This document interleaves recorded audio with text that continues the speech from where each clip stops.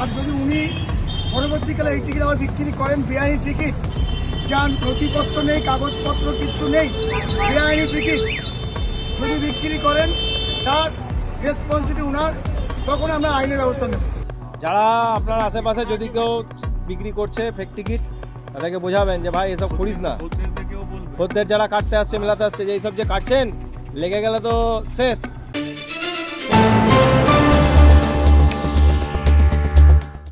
সরকারকে ট্যাক্স ফাঁকি দিয়ে অবৈধ লটারির টিকিট বিক্রয় রুখতে বৈধ লটারি সংস্থা অভিযান এখন চলছে। জেলা থেকে জেলা, বিভিন্ন এলাকায়, বিভিন্ন জেলায় পৌঁছে যাচ্ছে আমাদের প্রতিনিধি দলের সদস্যরা। জোর কদমে চলছে কর ফাঁকি অভিযান। উত্তর থেকে দক্ষিণ, পূর্ব থেকে পশ্চিম, রাজ্যের কোনায় কোনায় অভিযানে সামিল বৈধ লটারি সংস্থার স্টকিস্টরা। এবারের অভিযানের মধ্যে উল্লেখযোগ্য কোচবিহার, উত্তর দিনাজপুর, জলপাইগুড়ি, হুগলি, বীরভূম সহ বিভিন্ন এলাকা। এই ধরনের ব্যবসায়ীদের চিহ্নিত করে তাদের বোঝানো হয়।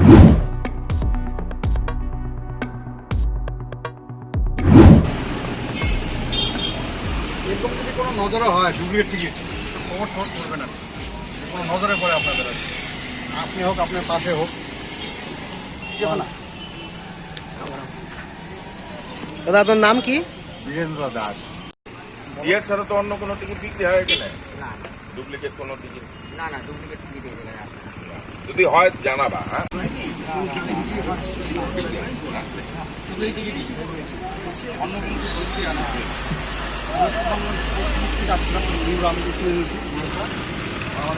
ঠাকুর এন্টারপ্রাইজ।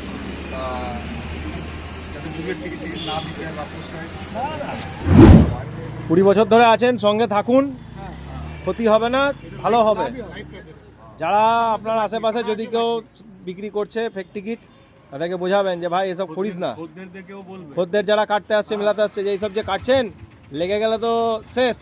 আর এই টিকিটটাতে গভর্নমেন্ট ট্যাক্স পায়। গভর্নমেন্ট ট্যাক্স পেলে লাভ কিন্তু আখেরে আমাদের। এই যে আপনি পেছনে, আপনি হসপিটালের সামনে বসে আছেন, এই যে হসপিটালটা চলছে, এটা কার পয়সায় চলছে? সরকারের ট্যাক্সের পয়সা তো চলছে। তাহলে পরিষেবাটা পাচ্ছি তো আমরা ফ্রিতে। একটা হসপিটালে গেলে পরিষেবা তো ফ্রিতে পাই। আপনি তো হসপিটালের গায়ে বসে আছেন। তাহলে এইখান থেকেও কিন্তু সরকার অনেক টাকা ট্যাক্স পায়। সেই ট্যাক্সটা যদি না পায়, তাহলে কিন্তু এই পরিষেবাগুলো আস্তে আস্তে আমরা আমাদের নিজেদের পায়ে কুড়ুল মারছি।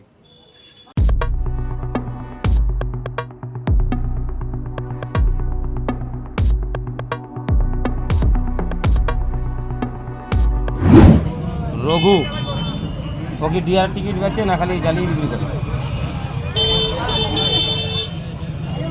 ডিআরও বিক্রি, এটা তোমার ভাউচার দিচ্ছে তোমাকে?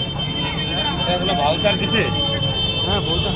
কীরকম ভাউচার দিচ্ছে? তোমাদের যে মাল দিচ্ছে তার জন্য হিসাব করে দিচ্ছে কাগজটা, যে কত টিকিট কী দামে দিচ্ছে, এটা কাগজ দিচ্ছে। ভাউচার দিচ্ছে, দেখো ভাউচারটা দেখো।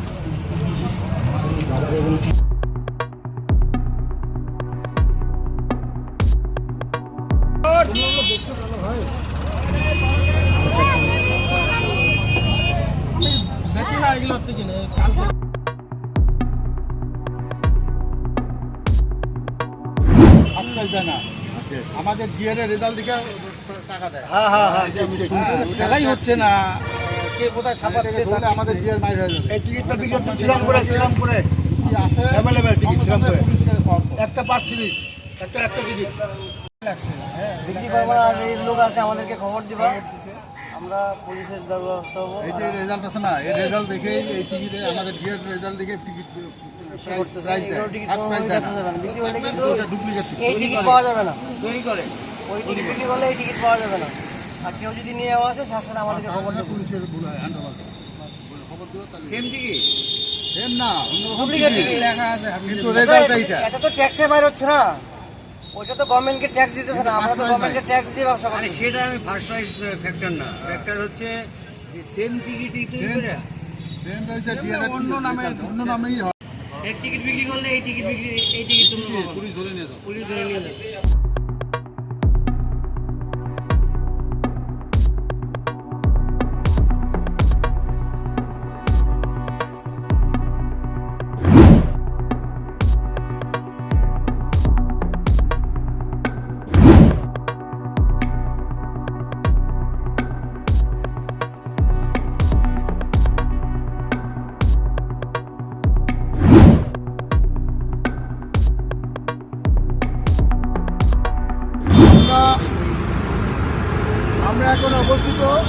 মধ্যমগ্রাম সাজিয়াটে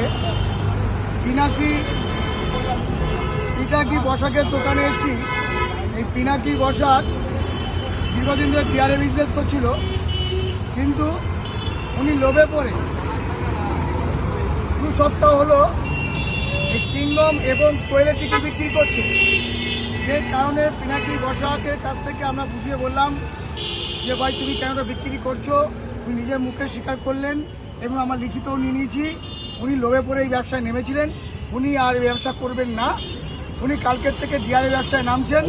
পিনাকি বসাক নিজের মুখেই বলছেন কালকের থেকে আপনি যদি কোম্পানি কোড খুলে দেয় যদি কোম্পানি কোড খুলে দেয় কালকে থেকে আমি এই ব্যবসায় নামবো। উনি বলছেন যদি কোম্পানি কালকের থেকে কোড খুলে দেয়, যে কোডটা লক করে দিয়েছিল সেটা তুমি কালকে খুলতে কালকে থেকে ডিয়ারে বিজনেস করবে। তো সুতরাং আমরা চেষ্টা করছি ওনাকে কালকে থেকে কোড খুলে দেওয়ার। আর যদি উনি পরবর্তীকালে এই টিকিট আবার বিক্রি করেন বেআইনি টিকিট, যার নথিপত্র নেই, কাগজপত্র কিচ্ছু নেই, বেআইনি টিকিট যদি বিক্রি করেন তার রেসপন্সিবিলিটি ওনার, তখন আমরা আইনের ব্যবস্থা নেব।